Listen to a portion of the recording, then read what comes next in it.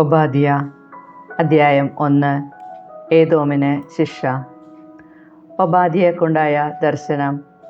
ഏദോമിനെക്കുറിച്ച് ദൈവമായ കർത്താവ് അരുളിച്ചെയ്യുന്നു. കർത്താവിൽ നിന്ന് ഞങ്ങൾക്ക് വാർത്ത ലഭിച്ചിരിക്കുന്നു. ജനതകളുടെ ഇടയിലേക്ക് ദൂതൻ അയക്കപ്പെട്ടിരിക്കുന്നു. എഴുന്നേൽക്കുക, അവൾക്കെതിരെ നമുക്ക് യുദ്ധത്തിനിറങ്ങാം. ഞാൻ നിന്നെ ജനതകളുടെ ഇടയിൽ നിസ്സാരയാക്കും. നീ അത്യധികം അവഹേളിക്കപ്പെടും. പാറപ്പിളർപ്പുകളിൽ വസിക്കുന്നവളും ഉയർന്ന മലമുകളിൽ ആസ്ഥാനമുറപ്പിച്ചവളും ആർക്ക് എന്നെ താഴെയിറക്കാനാകും എന്ന് ഹൃദയത്തിൽ പറയുന്നവളുമായ നിന്റെ അഹങ്കാരം നിന്നെ വഞ്ചിച്ചിരിക്കുന്നു. നീ കഴുകനെ പോലെ ഉയർന്നു പറന്നാലും നക്ഷത്രങ്ങളുടെ ഇടയിൽ കൂടുകൂട്ടിയാലും അവിടെ നിന്ന് നിന്നെ ഞാൻ താഴെയിറക്കും. കർത്താവ് അരുളിച്ചെയ്യുന്നു. കള്ളന്മാരും കൊള്ളക്കാരും രാത്രി ഭവനത്തിൽ കടന്നാൽ അവർക്കാവശ്യമുള്ളതല്ലേ എടുക്കൂ. മുന്തിരിപ്പഴം ശേഖരിക്കുന്നവർ കാല ഉപേക്ഷിക്കാറില്ലേ? എന്നാൽ നീ എത്ര നശിച്ചിരിക്കുന്നു! ഏസാവ് എങ്ങനെ കൊള്ളയടിക്കപ്പെട്ടിരിക്കുന്നു! അവൻ്റെ നിക്ഷേപങ്ങൾ എങ്ങനെ കവർച്ച ചെയ്യപ്പെട്ടു! നിന്നോട് സഖ്യം ചെയ്തവരെല്ലാം നിന്നെ വഞ്ചിച്ചിരിക്കുന്നു. അവർ നിന്നെ അതിർത്തി വരെ ഓടിച്ചിരിക്കുന്നു. നിന്നോട് കൂട്ടുചേർന്നവർ നിനക്കെതിരെ പ്രബലരായിരിക്കുന്നു. നിന്റെ വിശ്വസ്ത മിത്രങ്ങൾ നിനക്ക് കെണിവച്ചിരിക്കുന്നു. വിവേകമുള്ളവരാരും അവിടെയില്ല. ആ ദിവസം ഞാൻ ഏദോമിൽ നിന്ന് വിജ്ഞാനികളെയും ഏസാവ് മലയിൽ നിന്ന് വിവേകികളെയും നശിപ്പിക്കുകയില്ലേ? കർത്താവ് ചോദിക്കുന്നു. ഏസാവ് മലയിൽ നിന്ന് എല്ലാവരും വിച്ഛേദിക്കപ്പെടുന്ന വിധത്തിൽ തേമാനെ, നിന്റെ ധീരയോദ്ധാക്കൾ പരിഭ്രാന്തരാകും. നിന്റെ സഹോദരൻ യാക്കോബിനോട് നീ ചെയ്ത അക്രമനിമിത്തം നീ ലജ്ജിതനാകും. നീ എന്നേക്കുമായി വിച്ഛേദിക്കപ്പെടും.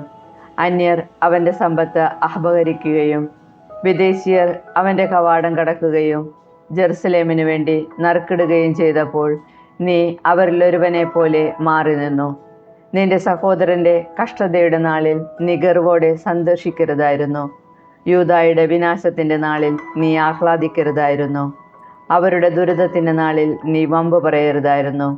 എൻ്റെ ജനത്തിന് അനർത്ഥം ഭവിച്ച നാളിൽ നീ അവരുടെ കവാടങ്ങൾ കടക്കരുതായിരുന്നു. അവൻ്റെ അനർത്ഥത്തിൻ്റെ നാളിൽ അവൻ്റെ വിപത്തിനെക്കുറിച്ച് നീ സന്തോഷിക്കരുതായിരുന്നു. അവൻ്റെ അനർത്ഥത്തിൻ്റെ നാളിൽ നീ അവൻ്റെ വസ്തുവകകൾ കവർച്ച ചെയ്യരുതായിരുന്നു. അവൻ്റെ ആളുകൾ പലായനം ചെയ്തവരെ വെട്ടിവീഴ്ത്താൻ വഴിത്തിരിവുകളിൽ നീ നിൽക്കരുതായിരുന്നു. കഷ്ടതയുടെ നാളുകളെ അതിജീവിച്ച അവൻ്റെ ആളുകളെ നീ ശത്രുവിന് ഏൽപ്പിച്ചു കൊടുക്കരുതായിരുന്നു. സകല ജനതകളുടെയും മേൽ കർത്താവിൻ്റെ ദിനം ആസന്നമായിരിക്കുന്നു. നീ പ്രവർത്തിച്ചതുപോലെ നിന്നോടും പ്രവർത്തിക്കും. നിന്റെ പ്രവർത്തികൾ നിന്റെ തന്നെ തലയിൽ നിബദിക്കും.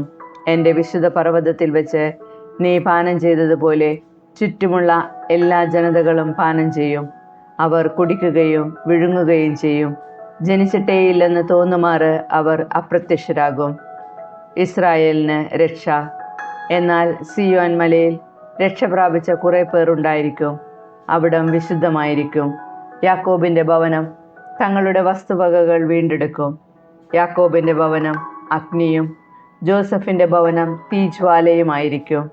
ഏസാവിൻ്റെ ഭവനം വൈക്കോലും. അവർ അവരെ കത്തിച്ച് ദഹിപ്പിച്ച് കളയും. ഏസാവിൻ്റെ ഭവനത്തിൽ ആരും അവശേഷിക്കുകയില്ല. കർത്താവ് അരുളി ചെയ്തിരിക്കുന്നു. നെഗബിലുള്ളവർ ഏസാവ് മലയും ഷെഫേലായിലുള്ളവർ ഫിലിസ്തീനരുടെ ദേശവും കൈവശമാക്കും. അവർ എഫ്രായിമിൻ്റെയും സമരിയായുടെയും ദേശം കൈവശപ്പെടുത്തും. Benjamin Gilead സ്വന്തമാക്കും.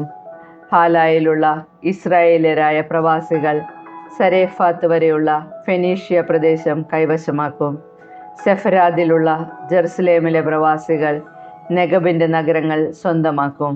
വിമോചകർ സിയോൻ മലയിലെത്തും.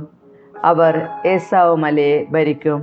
ആധിപത്യം കർത്താവിൻ്റേതായിരിക്കും.